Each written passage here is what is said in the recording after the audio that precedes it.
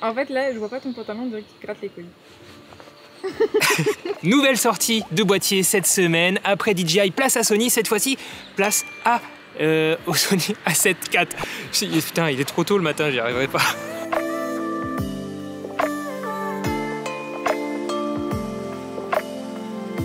Est-ce que s'il y a du zébra derrière moi, c'est grave? Est-ce que si c'est Surex derrière moi, c'est grave? C'est ça que tu me demandes? Oui. Bon, on leur demande. Est-ce que c'est grave?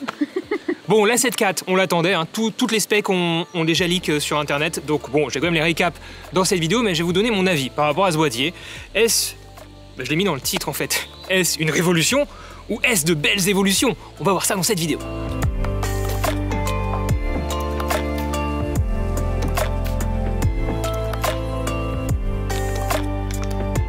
Bon les amis, le Olivier du montage vous informe qu'il est désolé pour le son. Le micro était paramétré sur omnidirectionnel et non pas directionnel, donc on entend tout ce qui se passe autour. Je suis désolé, mais j'espère que la vidéo va quand même vous plaire. Bon, donc pas de grosse révolution, ok, mais par contre, les évolutions dont on va parler dans cette vidéo sont quand même intéressantes. Ce boîtier apporte plein de petites nouveautés qu'on aimerait voir apparaître petit à petit sur nos autres boîtiers. Je pense notamment à l'A7S III. Il y a quelques petites fonctionnalités ici qui sont très pratiques, notamment en vidéo. On se rappelle de l'A7 III à l'époque, était une petite révolution et qui était un peu les prémices de ce que Sony allait pouvoir nous proposer en termes de qualité vidéo, en tout cas en termes de boîtier polyvalent photo et vidéo. C'est nouveau le cas ici avec l'A7 IV, même s'il ne marque pas le coup comme l'A7 III l'a fait à son époque. Ici, on a quand même des petits éléments qui vont être très intéressants à découvrir.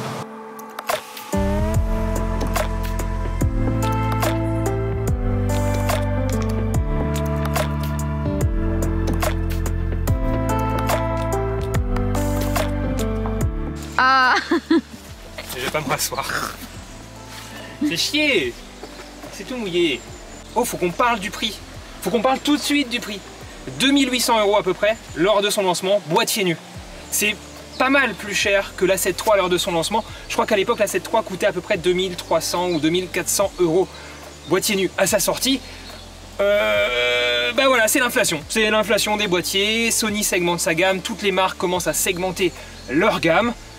C'est pas vraiment étonnant, par contre c'est forcément un petit peu là aussi problématique je pense pour beaucoup d'entre vous, hein. À mon avis c'est quelque chose qui va beaucoup ressortir par rapport à ce boîtier, puisqu'on n'est plus vraiment dans, enfin c'est toujours l'entrée de gamme des Alpha 7, mais c'est un entrée de gamme qui commence à faire un petit peu mal au portefeuille, donc c'est un point qu'il fallait soulever. Par contre c'est un boîtier qui est toujours ultra polyvalent, comme l'était la 7 III, on reste dans la même lignée, la même logique, un boîtier très bon en photo et en vidéo. La 7 III à son lancement, rappelez-vous, avait été critiqué sur certains points, notamment le taux de compression vidéo, le taux d'échantillonnage des couleurs en vidéo, l'impossibilité de faire des ralentis en Ultra HD sur la 7 III, on était limité à 30 images par seconde.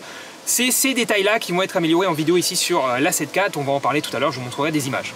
Et c'est de nouveau le Olivier du montage qui vous informe qu'il y a une belle offre qui vous attend dans la description. Si vous souhaitez acheter un A7 IV, allez jeter un coup d'œil, c'est valable jusqu'au 30 novembre. En termes d'ergonomie, le boîtier est très agréable, on retrouve en fait les mêmes dimensions, le même poids grosso modo qu'un A7S III par exemple.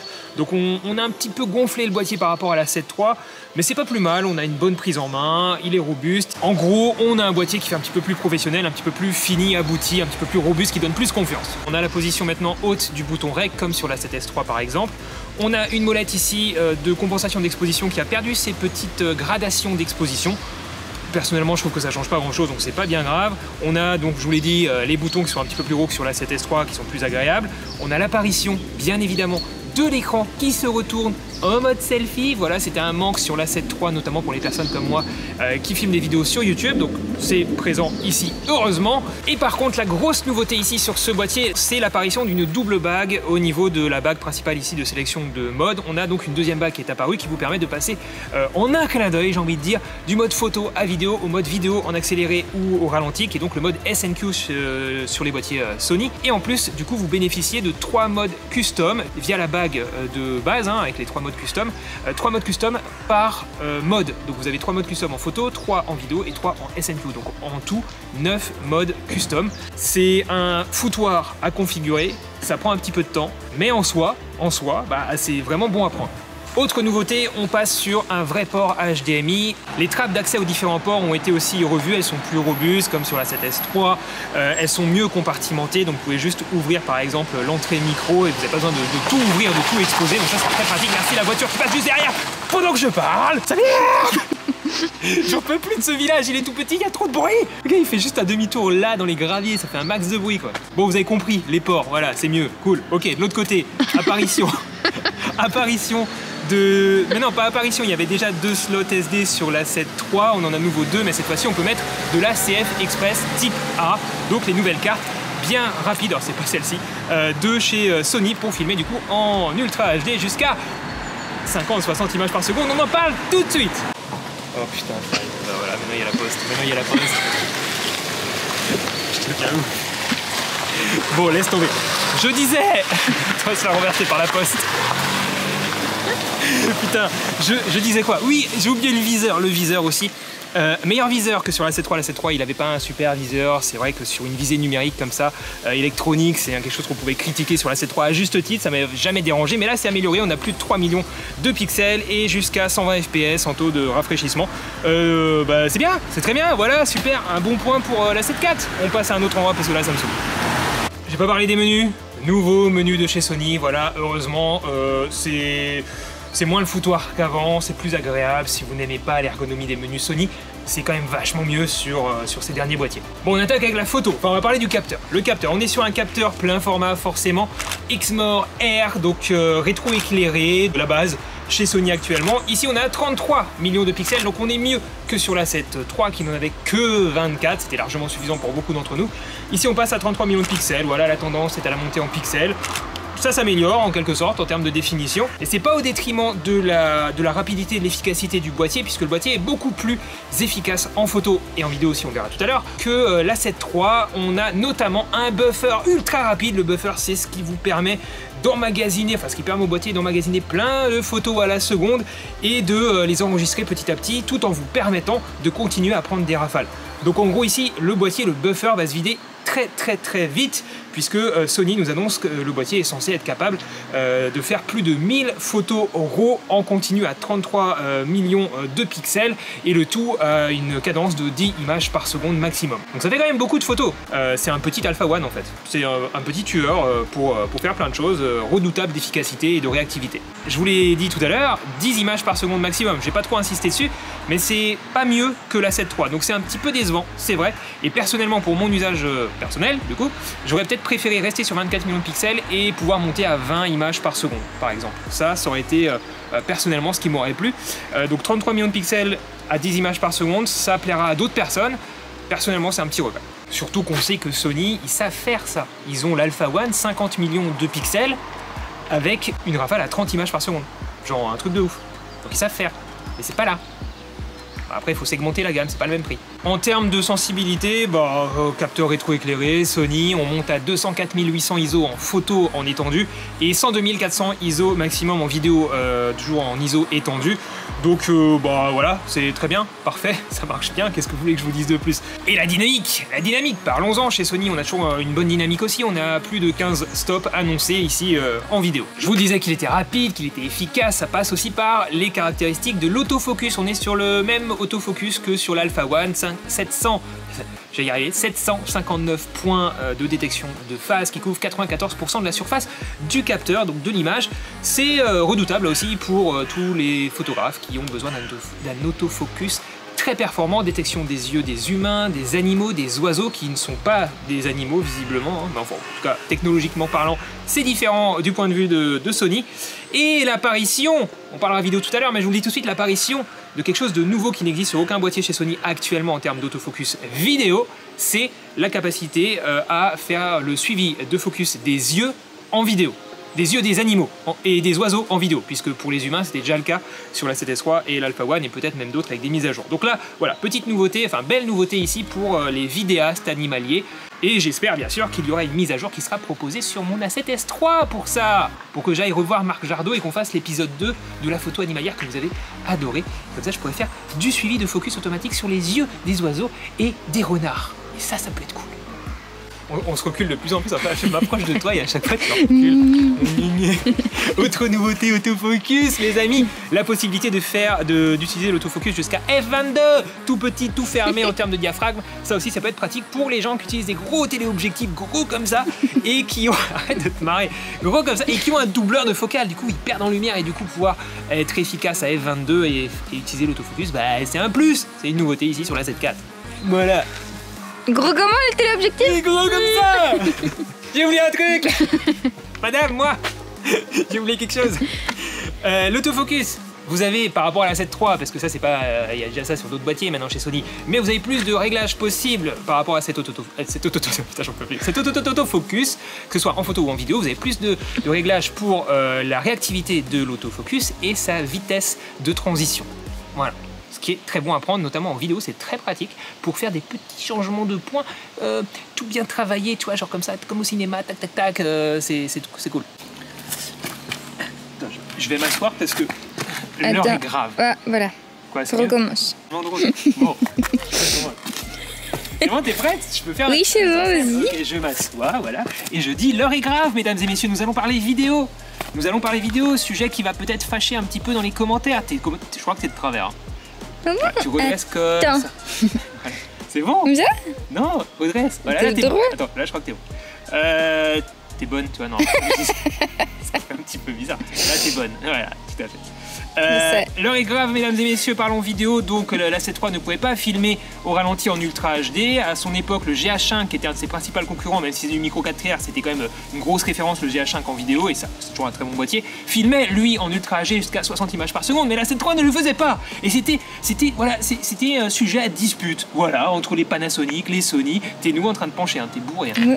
Bref, tout ça pour dire que forcément, sur la 7 IV, on a maintenant la possibilité de filmer au ralenti en Ultra HD, donc jusqu'à 60 images par seconde. Mais il y a un mais, vous l'avez vu partout, et vous allez le soulever forcément dans les commentaires, il y a un crop énorme de 1,5. En fait, vous passez en mode Super 35, donc en gros en crop APS-C, ici sur la 7 IV.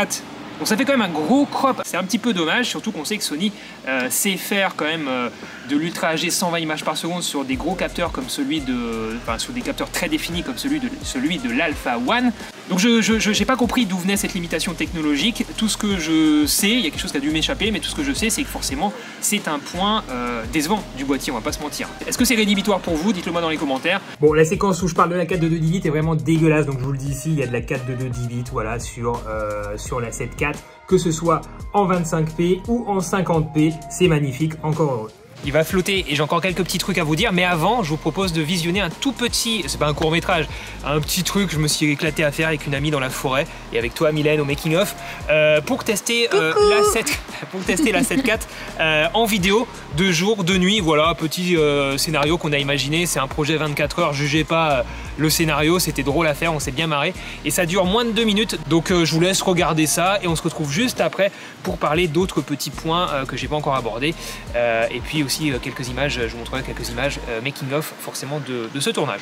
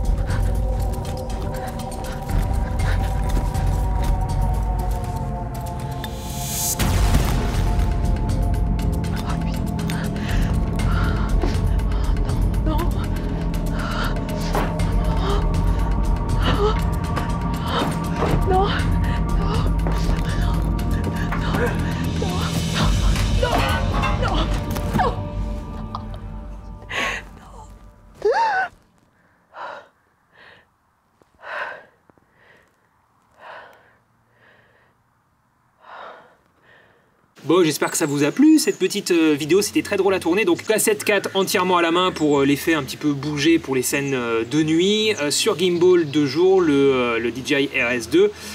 Config très simple, un petit micro-cravate pour avoir les bruits d'ambiance, de souffle de ma comédienne en herbe. Merci beaucoup à toi Hello pour ta participation. Bah, ça a bien marché, c'était cool, c'était très efficace et comme sur un A7S III en fait vous allez pouvoir faire de très belles images. Par contre tout ce qui est de nuit et même de jour en fait j'ai tout filmé à 25 images par seconde, donc j'ai pas utilisé ici de ralenti en Ultra HD, donc j'ai pas eu de crop, j'en ai pas eu besoin.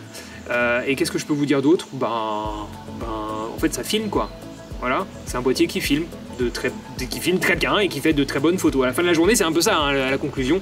Et les 2-3 trucs que je voulais vous dire en plus, c'est que vous avez l'apparition d'un nouveau mode en vidéo de compensation d'objectifs. Enfin, c'est dans les paramètres de compensation d'objectifs. C'est une compensation de variation. Alors qu'est-ce que c'est? En gros, sur une optique photo comme ça, lorsque la mise au point se fait, vous avez un petit peu le cadre de l'image qui change un peu, qui pompe un peu, c'est normal, c'est les blocs optiques qui sont conçus comme ça sur ce type de focale. Au cinéma, quand on change de point sur les optiques ciné, on n'a pas cet effet-là. Les optiques sont conçues différemment et c'est beaucoup plus agréable à regarder puisque dès qu'on fait un changement de point, on n'a pas de recadrage en quelque sorte dans l'image. Donc Sony a implémenté une fonctionnalité, donc ça s'appelle compensation de variation, qui est en fait je crois tout simplement un petit crop dans l'image qui permet de masquer cet effet de pompage lorsque le point change. C'est une fonctionnalité qui est intéressante en soi pour les gens qui font je pense du court-métrage notamment, et c'est quelque chose que j'aimerais bien voir apparaître sur la 7S III. Des petits trucs encore comme ça, voilà, il y a plein de petites nouveautés. Je vous invite à regarder la fiche de spec qui est dans la description pour savoir vraiment tout ce qu'il y a dans le boîtier.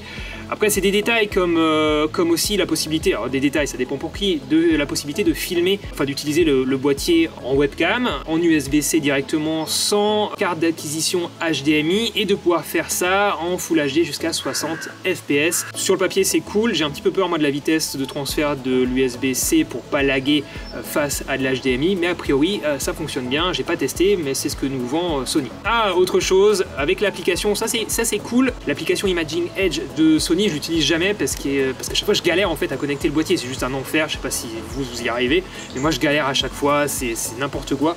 A priori là on n'a plus besoin de galérer théoriquement puisqu'on connecte le boîtier une fois à l'application et ensuite la connexion se fait automatiquement de façon rapide. Donc ça c'est censé être amélioré, j'ai pas testé mais c'est censé être un bon point positif aussi qui arrivera bien sûr sur les autres boîtiers, c'est certain. Et sur cette application Imaging Edge vous pouvez avoir un suivi du focus en live sur l'écran. J'ai pas testé non plus mais voilà, c'est des petits points comme ça qui ont été apportés à cette A7 IV et qui du coup sont assez révélateurs de ce qui arrivera sur les futures générations des autres boîtiers de la gamme. Est-ce que ça va mieux la position pour filmer là? Oui. Oui, tu souffres moins? Oui. T'es contente? Oui. Très bien. Je regarde. Tu fais une conclusion? Attends, je vérifie si j'ai tout dit. Bah écoute, j'ai dit l'essentiel je crois.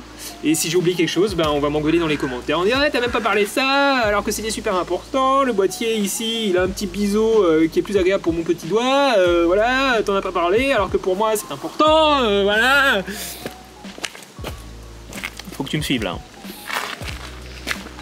Conclusion, faut que tu relèves le boîtier aussi, c'est pas possible.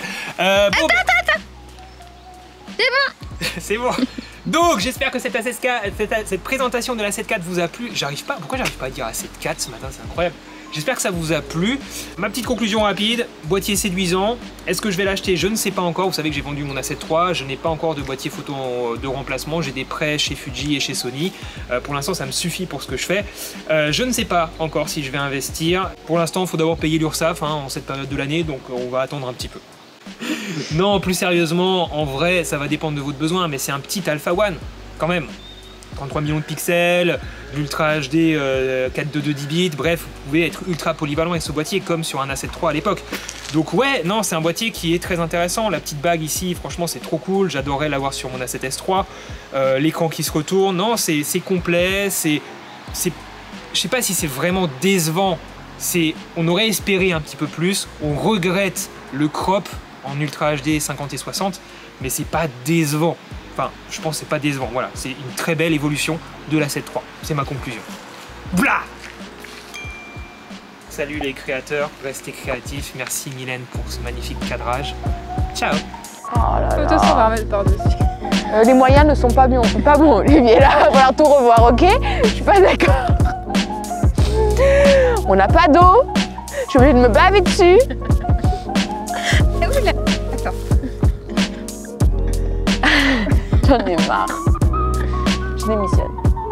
Ça tombe bien, on finit ce soir.